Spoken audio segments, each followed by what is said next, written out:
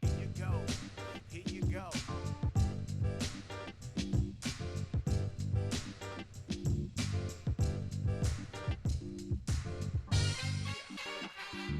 Loophole. That's a fun word of the day. Nothing personal. Word of the day is loophole. Teams are using it as they should. It's actually funny to me. Tom Brady is not on the Tampa Bay Buccaneers. Just start with that. DeAndre Hopkins has not been traded. Drew Brees has not been re-signed. None of this has happened. It's all a figment of our imagination at CBS Sports HQ and nothing personal. It's giving us something amazing to talk about with you because while you're sitting home quarantined and you're wondering, how many 2,000-piece puzzles can I do? How many times can I watch the first 5 seasons of Schitt's Creek? How many Dr. Seuss books can I read in a row? And when will this homeschooling come to an end? We come to you with news. Not about coronavirus, not about suspension of season, canceling of seasons. No, we're talking about real off-season NFL stuff, the kind of stuff we can rally around and get excited about. We're the Tampa Bay Buccaneers, and we've got Tom Brady. What do you do if you're the team who can't make the official announcement? The rule in the NFL is quite simple, actually. No team can officially announce a trade or a signing until it has been officially completed. Well, that's not going to stop me as an NFL team from announcing something that's really good for me. Now, if I'm Bill O'Brien of the Texans, I'm not jumping to my social media team and saying, hey, can we please announce that Hopkins trade as soon as possible? Because we've got Johnson coming back. These are just running backs and wide receivers, doesn't matter who. But come on, let's get that announced. No. We were trying to stay as quiet as possible. We're shutting down our social media team. They're quarantined. We can't do it. No posting. It's an NPV. It's a no posting virus. That's when you've got crap news or you're selling your players, fire sales, dropping payroll. But the Tampa Bay Buccaneers are doing something, or the Saints re-signing Drew Brees, let's say. Or what about Teddy Bridgewater getting $60 million over 3 years from the Panthers? You want to get that out there. So the NFL team said, they go to their social media teams and say, listen, what I'd like you to do is say that Tom Brady is a Tampa Bay Buccaneer according to reports. And then you put a smiley face. You do the rolly eye emoji.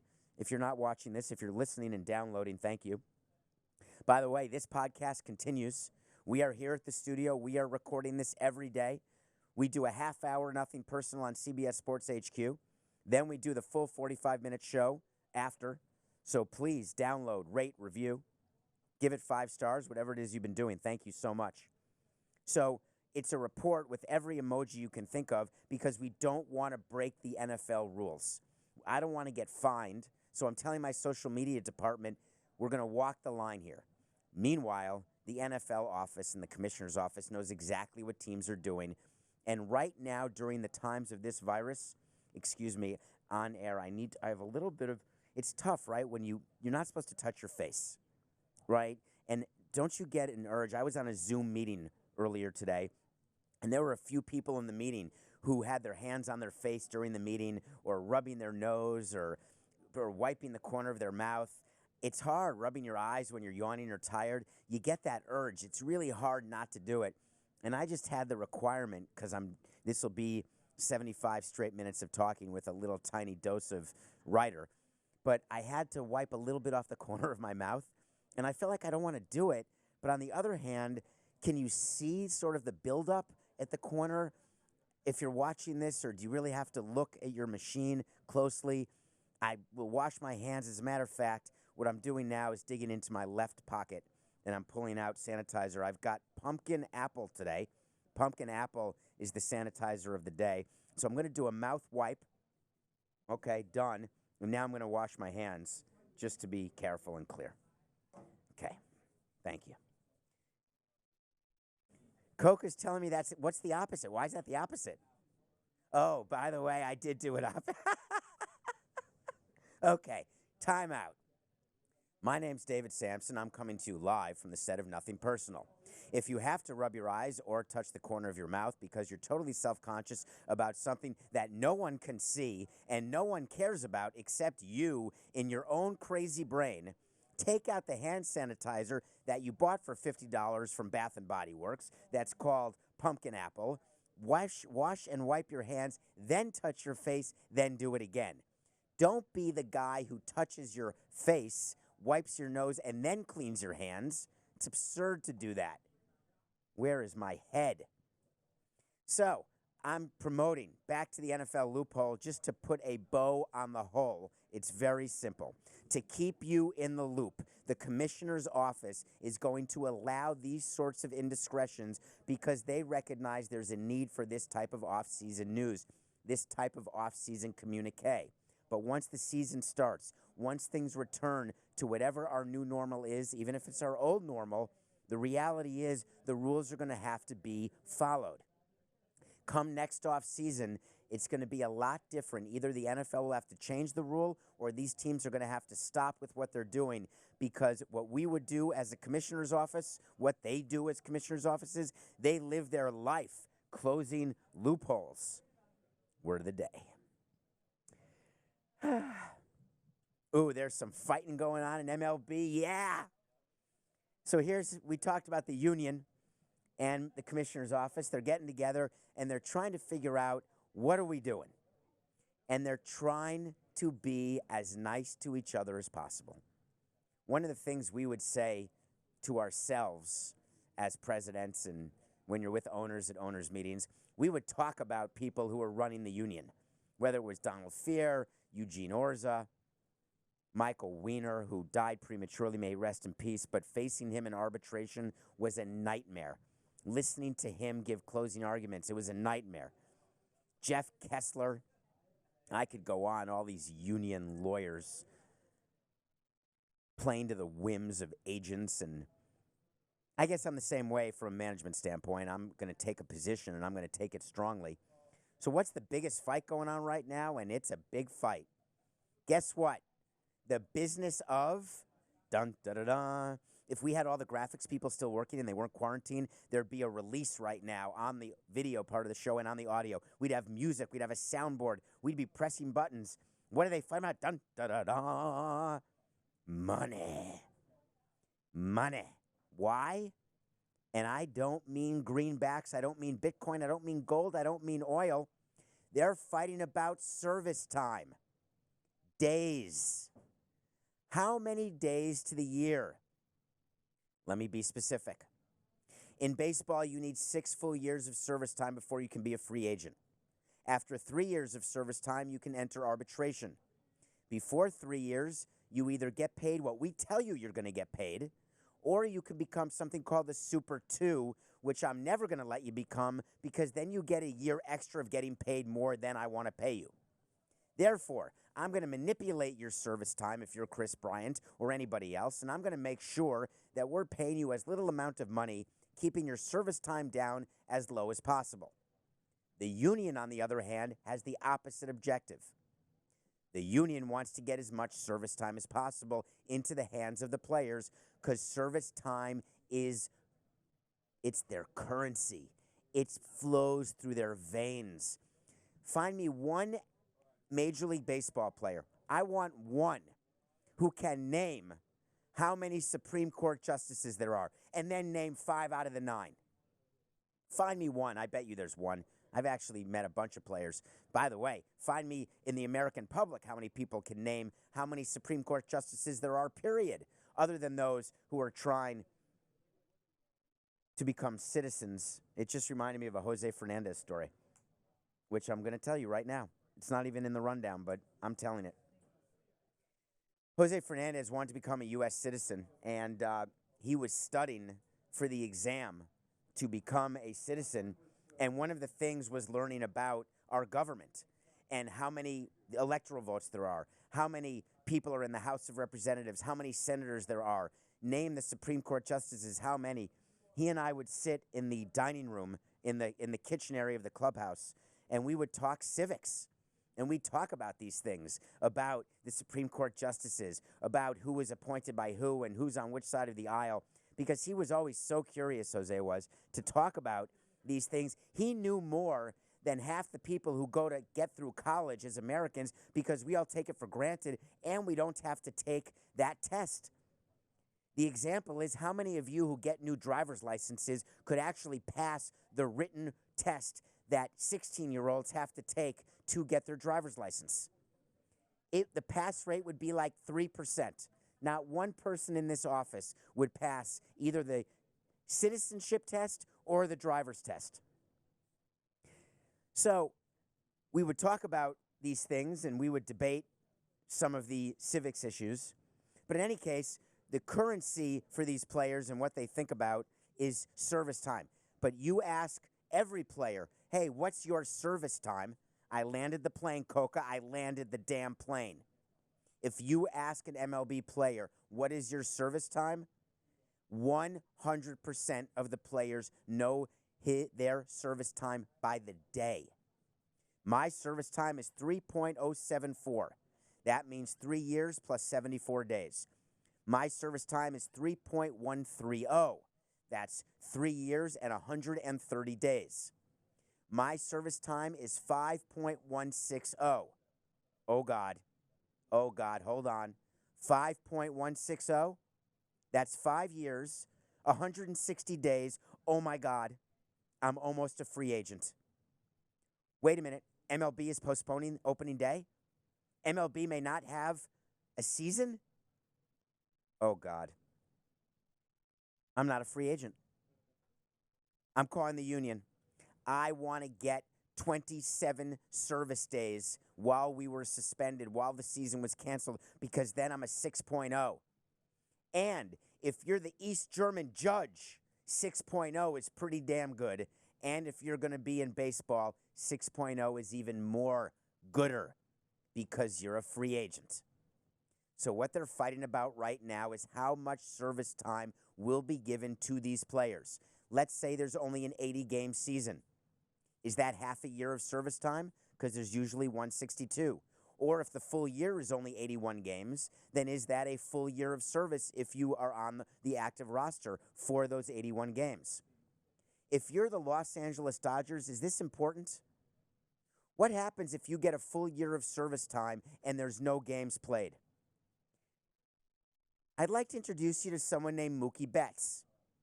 Mookie Betts was traded to the Los Angeles Dodgers to play for the Los Angeles Dodgers in the 2020 season to help the Los Angeles Dodgers win the World Series. If there is a half a season this year, which means that with the vagaries of baseball, the advantage that the Dodgers had to win the World Series goes down in direct proportion to the length of the season being decreased. The Dodgers have not gotten the bang for their buck. And whether they have to pay him a prorated share of the $27 million they owe him, which has to be negotiated, they are not worried about that as much as they're worried about the fact if he gets a full year of service time, he's gone from the Dodgers. And we only got him for half a season or a quarter of a season. Or what happens if there's no season, except the players get a full year of service credit? That means Mookie Betts ends up leaving the Dodgers and never played a game for them. Does MLB walk in and reverse that trade? Because that's not fair. And for me to say that something's not fair with the Los Angeles Dodgers, it has to be so not fair that it's beyond not fair. It has to mean that not fair is like in the rearview mirror by 100 miles running away from a velociraptor chasing you in the rearview mirror. That's how unfair it is. There's going to be some discussions. I'm not sure how it ends. I'd tell you what I would do. There's a day of service time. If we have a full season that's only 81 games, then that's the year. And MLB management will just have to swallow hard and recognize that that will be a full year. But I'm not going to budge on anything more than what's prorated for bonuses, let's say. So if there's a roster bonus, if there's a innings bonus, I'm willing to prorate it if we play half the year.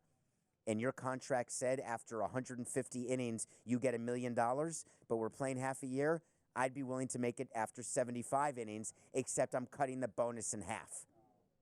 So there has to be give and take. It's going to be fascinating.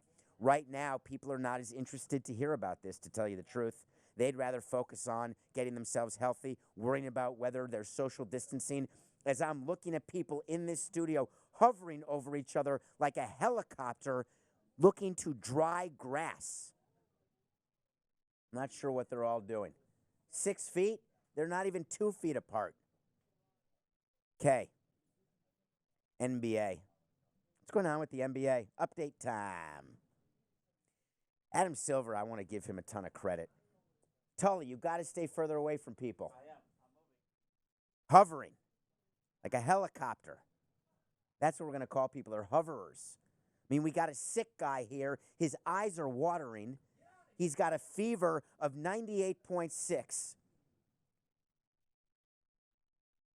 I'm not going to give you his name, but it starts with an A and ends with a W and starts with a B and ends with an R. You know who you are. Okay, NBA. Yes, I can. Pull it. Pull a plug.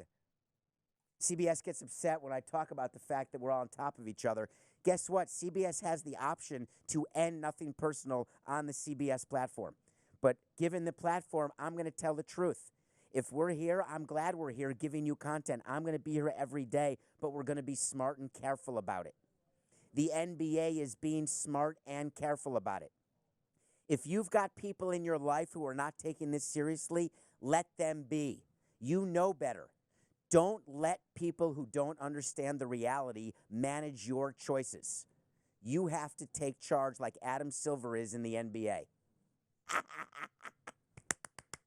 I love it. Management's walking around like, oh my God, shut him up. It's easy. Just do this. Ready?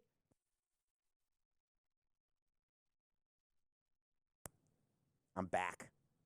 Adam Silver's taking charge. We need leadership in this day and age. We need leadership who's being honest. Leadership who understands exactly what the place is of sports. Leadership who understands what is the place of our emergency medical responders, of our hospitals. Adam Silver gets it. Adam Silver was ready to cancel the NBA season after 4 minutes of Rudy Gobert testing positive. He's been giving interviews nonstop, giving us updates. Where are we? What are we doing? What they are thinking about in the NBA is what can they do to help us during this time of quarantine. Everyone's going crazy. I get it. You're home. You're trying to homeschool. You're trying to figure it out. What are you doing? But the NBA is saying, maybe we come back and play games for charity to raise money. Do you know how many people are on their ass right now? The number of people who have been impacted because businesses are closed and they're not working and they're going to be laid off at some point, or they already have started with layoffs in the service business, restaurants, travel, tourism. This is real, folks. There is a way the economy will adjust. The economy will recover, but we have to make adjustments. So the NBA says, let's maybe get the players together and play a game for charity. The problem that Adam realized is, to do that, the players need to stay in in-season shape, because I'm not going to lend my player, even if it's a game of charity, I am not going to lend my player to that game if there's a risk of him getting hurt. And the only way that I know he doesn't get hurt is if he stays in shape. So then this morning, today, Adam Silver made the decision. It's fluid. Decisions are changing minute by minute. He chose today to close all training facilities. Not asking, mandatory. Coca, is it mandatory? Coca may have pulled the plug. Mandatory NBA training facilities closed. Therefore, it is very unlikely. Now, players have home gyms. Some players do, not all. Some players have hoops, not all. Some players have treadmills. Earlier today, I spoke with Bill Ryder on the HQ version of Nothing Personal, and he talked about players staying in shape with their home, everything. Not all players have it. So you know very well that sports is going to start taking a back seat. We want to be used to heal, but in order to heal, we have to find out a recalibration. Where do we stand? When do we stop canceling events and start scheduling events? It's too soon right now. We don't know exactly how fast we're going to flatten the curve. We're just beginning to start the testing. Keep in mind, testing is not happening enough at all, which is shocking to me. I mean, we had a guy stand up in front of the country and say, yeah, I was tested. It was totally inconvenient and terrible. I don't want to tell you how terrible. And I'm not being political because it doesn't matter to me. But this is bipartisan. I know someone who got tested yesterday. It's the flu test. You stick a swab up and you keep driving. It's like getting a cup of coffee at Mickey D's. We need more testing, and once the testing comes, the numbers will go up. Once we know exactly where we are, then leagues will start to figure out scheduling. Meanwhile, Adam Silver, I'd like him to focus on doing what MLB did and getting every team to donate a set amount. Like MLB is donating $30 million, $1 million per team. Let's get NBA to do $32 million. I'm not sure they have such a kitty the way MLB does, but if they do, let's get that out there to the workers and to people. What are we going to get, a check? We heard from the government we're all getting a check of $1,000 or we're having it direct deposit into our bank account. Does that mean if I have 3 bank accounts, I'm getting 3 checks? I don't even understand. How do we know? It's like me telling you we're going to take care of all the workers.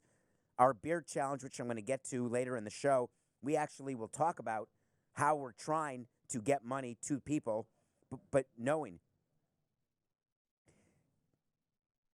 it's just starting, folks. Just know that. You're going to hear, as the day continues, more positive tests. I'm hearing a noise that is a very scary noise that if I didn't know better, do we know what that is? It just stopped and I started sweating, but I see Dane and Tully and they're smiling, which is likely means that my set is about to crumple on top of me, and I will not have to worry about COVID-19. I'll have to worry about oxygen. Turns out there's a chance I'm okay, but we found the 7 train that has stopped in New York City. It is here in Fort Lauderdale. Okay, so there's going to be more positive tests. I'm not going to give you every one. I'm just telling you, let's get as many people tested so we can figure out where we are. So something happened that's interesting, and this to me is how economies evolve. There are recalibrations. Someone sent me a So You Want to Talk to Samson, and it was great. The So You Want to Talk to Samson is about, the concept is, tweet at me at David P. Samson, get into my DMs and ask a question, and I'm going to come up. My sister, I love her. She has been listening. Today is show 96. She listens to the show, watches the show, and she sent me either a tweet or a text. Her name is Nancy, and she sent saying, hey, is that So You Want to Talk to Samson from the movie Half Baked? I love her. Like, I hope that she just had that epiphany yesterday, because that means that we're doing something right here at Nothing Personal. Yes, So You Want to Talk to Samson is exactly from Half Baked. And by the way, the longer the quarantine goes, there's a sequel, 3/4 Baked, followed by Completely Baked. Non-Stop Baked is the 4th in the series, and then we'll have to redo the top 5 movie series. So the tweet came in. Are Ford and GM not making cars anymore? Are they now making ventilators? Question mark. Can you please explain this to me? All right. There's something called what the government can do and what the president can do. It's called the Defense Production Act. Coca, get on the Google, because I don't think I'm on the inter-Google right now. I think it's called the Defense Production Act of 1950. That was passed in order to change what was being manufactured as we were in the Korean War.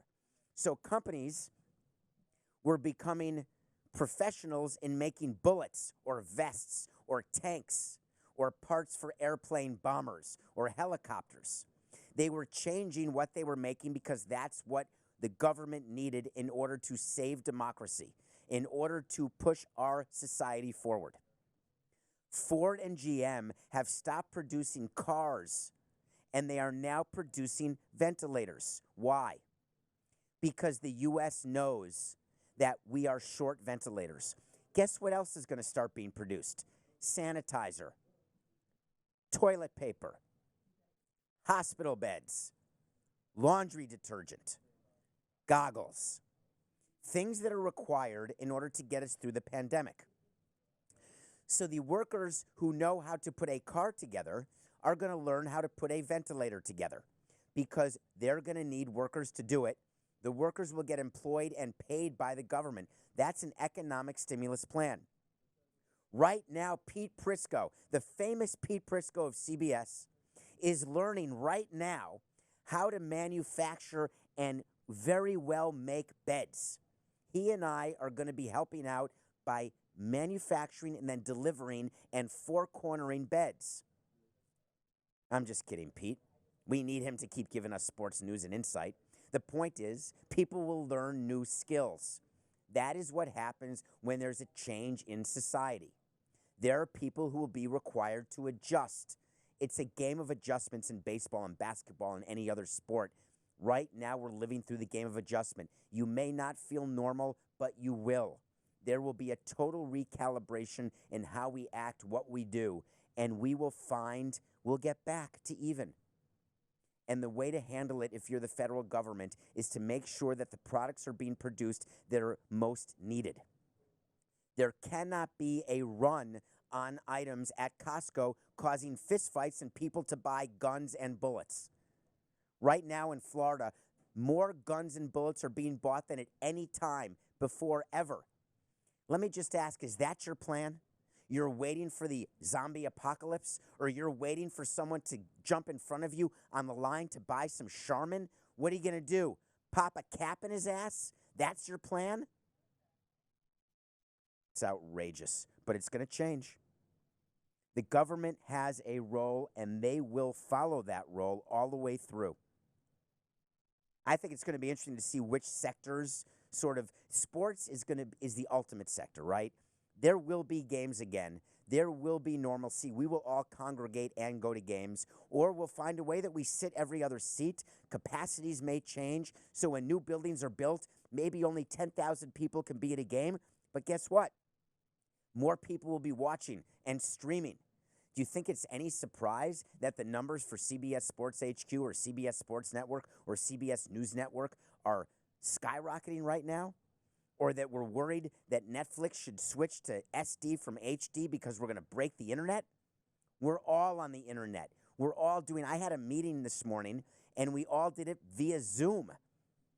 People are learning. They're going to college. They're continuing their learning at universities on Zoom. High schools are continuing. Public schools are continuing after spring break.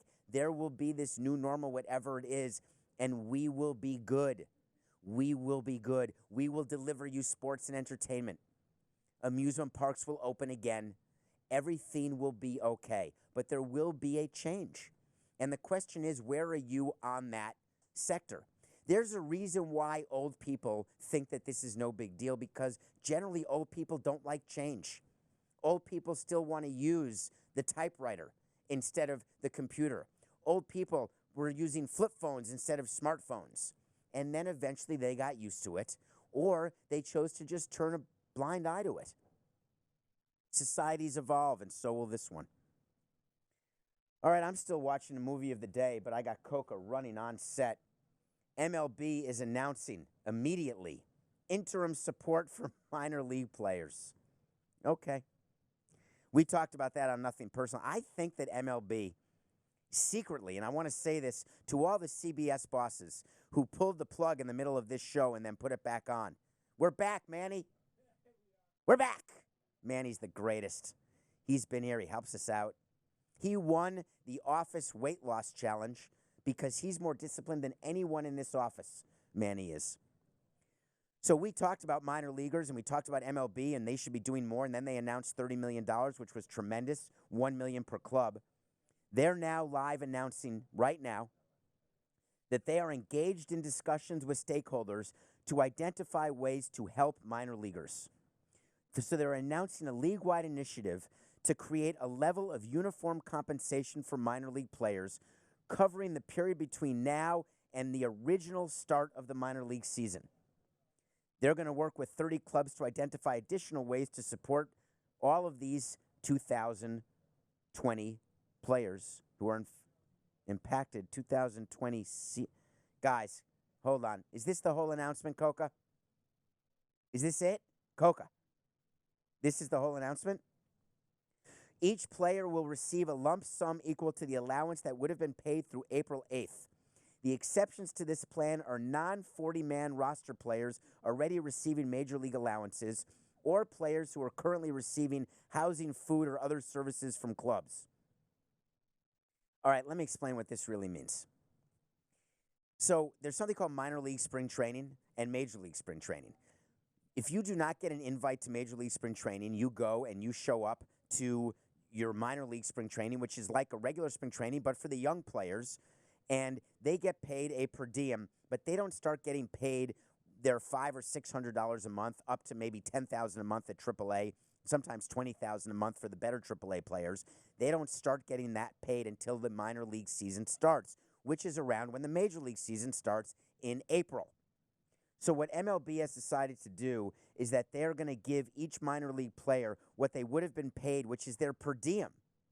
So this is not paying them their salary. The per diem we give to minor leaguers is a pittance. And I'm not saying that MLB is not doing enough here, because it's an impossible situation. It's impossible for every industry to keep paying all of its workers when the work is not being done and the revenue is not coming in. Restaurants are laying people off. Companies have started layoffs. I get that. I don't expect MLB to pay every minor leaguer. The minor leaguers will have to start getting other jobs.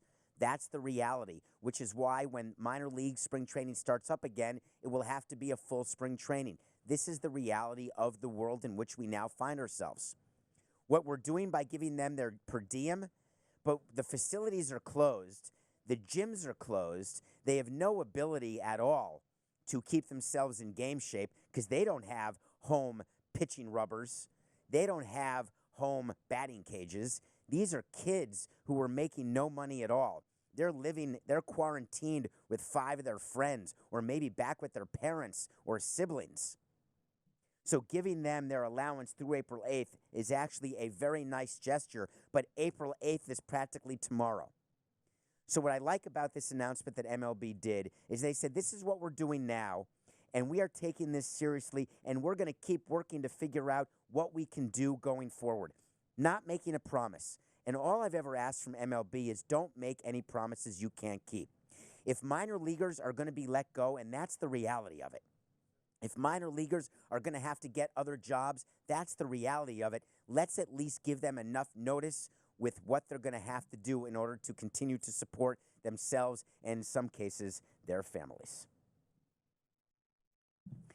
So I'm still watching a movie every day, and I watched a real doozy. Richard Jewell. Richard Jewell is about the bombings. Do you remember what a big story that was in 1996? That is 24 years ago. During the Olympics, there was a gathering at Centennial Park, and a bomb went off, and Richard Jewell was a security guard, a little quirky, a little off. He was a security guard who found a backpack that had not been identified, called it in, and it turned out it was a bomb. And then the FBI, in some fit of incompetence, actually had Richard Jewell as a person of interest in the bombing and then leaked that information. In the movie, it's John Hamm leaking to Olivia Wilde when Olivia Wilde says, hey, if you tell me this, we will have sex.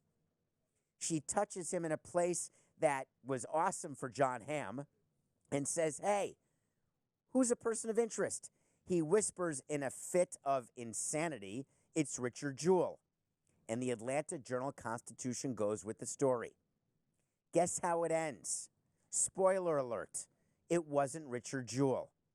Spoiler alert, he sued a lot of people and won a lot of money. Triple spoiler alert, he's dead. I would watch Richard Jewell. It was directed by Clint Eastwood, and I would watch it with an eye toward how scary our legal system can be, where if you're accused by the federal government, you've got to find a lawyer, pay for a lawyer, and if you're innocent, it's almost like you are innocent until proven guilty. Wait, that's how it's supposed to be. It's not that way. It's guilty till you're proven innocent. That is the exact opposite of our Constitution. It's supposed to be innocent till proven guilty. Well, Richard Jewell was deemed guilty immediately by real members of the media. Katie Couric, Tom Brokaw. He was on every channel, a hero and then not a hero. It's a complicated, interesting story. It's a movie worth watching, especially if you're quarantined. Kathy Bates was nominated for an Academy Award, supporting actress. She plays the mother of Richard Jewell. She has that supporting actress moment. Do you remember Judi Dench in Shakespeare in Love when she won the supporting actress? She had that moment where you said, wow, she's going to be nominated and she probably will win. Well, that moment is in this movie when Kathy Bates takes the microphone and appeals to the people and to the media to stop accusing my son who's innocent of this crime. It's a moment that hurt me. Richard Jewell, check it out. It's worth it.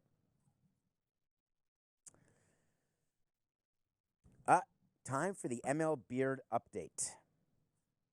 What are we doing here? Well, on Monday we decided, as a show, nothing personal, we were not going to shave until regular season MLB started. Opening day is the day we'll shave. Excuse me.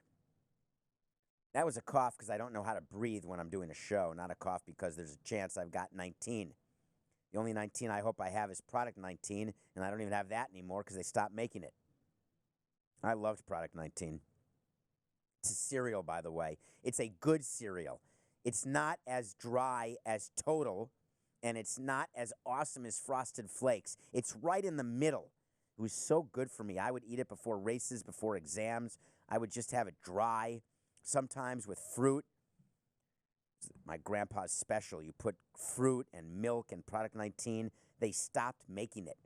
I was despondent. I actually went on Amazon. This is a true story. I'm such a Product 19 addict that there was a woman in Illinois who had secreted away several cartons and cases and pallets of Product 19. I contacted her offline. I bought the entire stash from her at 5 times her asking price on eBay or Amazon. She sent it all to me. We stayed in touch. She had never been to a Cubs game, and the Cubs were her favorite team.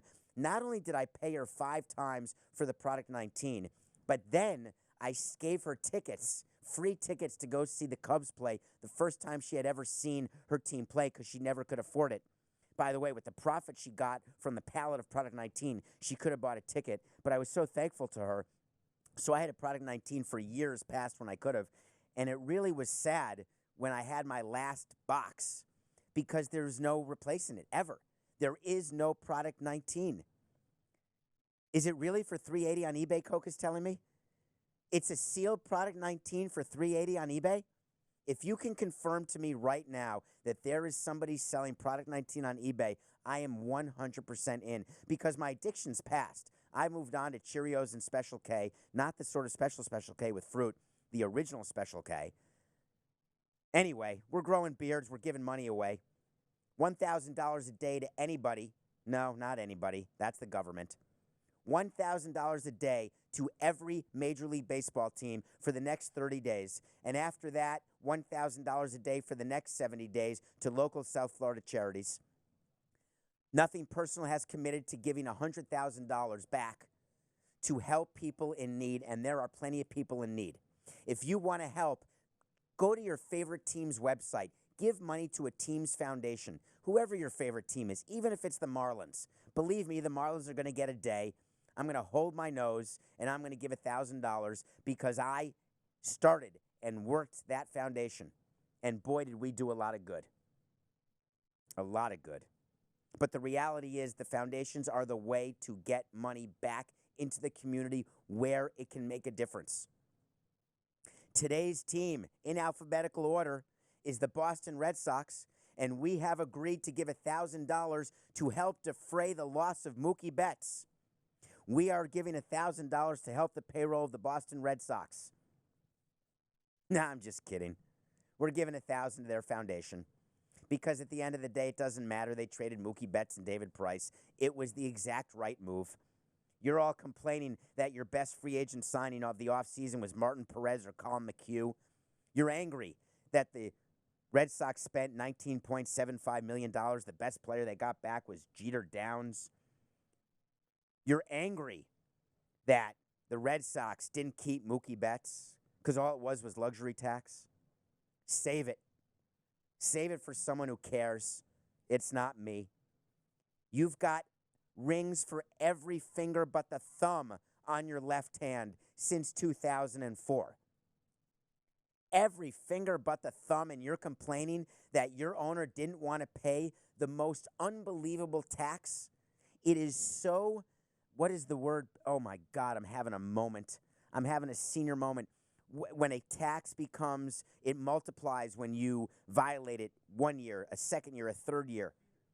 It's not it is a repeater tax, but what's the word? It's like a penalty you pay. Listen, everyone's focused, everyone's shaking their heads. Hassle, what's the word? When you pay a tax so many times and the more you pay, the worse it is. It's like not a penultimate, for Christ's sake. I can't think of it either. Don't be sorry. In any case, it is so bad, like usurious, but that's not the word.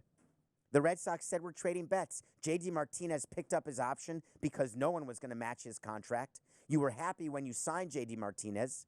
And by the way, trading Mookie Betts was the smartest move the Red Sox could do because they already had rings. And the odds of them beating the Yankees over a full 162, de minimis. They're not even as good as the Rays. David Price, yeah, you're paying $16 million for him not to pitch for you. That's a good move. He's not worth the $32 million you were going to have to pay him. I don't begrudge the Red Sox for any move that they made at all. It makes sense to me. The Boston Red Sox, it's going to be tough for them. The best thing that could happen, of course, is if by chance they have a shortened season, that actually gives them an opportunity maybe to level the playing field with the Yankees. But on the other side, the Yankees are going to be back from all their injuries. Stanton, Judge, even Paxton, they'll be back and ready to go, assuming they make it through the next spring training healthy. It's a fascinating situation right now, and it just shows that the Red Sox were ahead of the curve. They were smart. They overspent when they were ready to win, and now they're trying to get back below, reset the luxury tax when they know the likelihood is less and less. MLBeard Challenge. Please consider giving anything you can to team foundations. Today, the Boston Red Sox. Tomorrow, wait to see. So my wait to see, I'm going to keep going with wait to sees, and I want to tell you what I did, and this is an interesting one. You know all these computers that do simulations? So the MLB season has been played already 20,000 times, and I can tell you that 97% of the time, the Los Angeles Dodgers won the National League West. Well, I have done, because today was supposed to be the first day of the NCAA Tournament.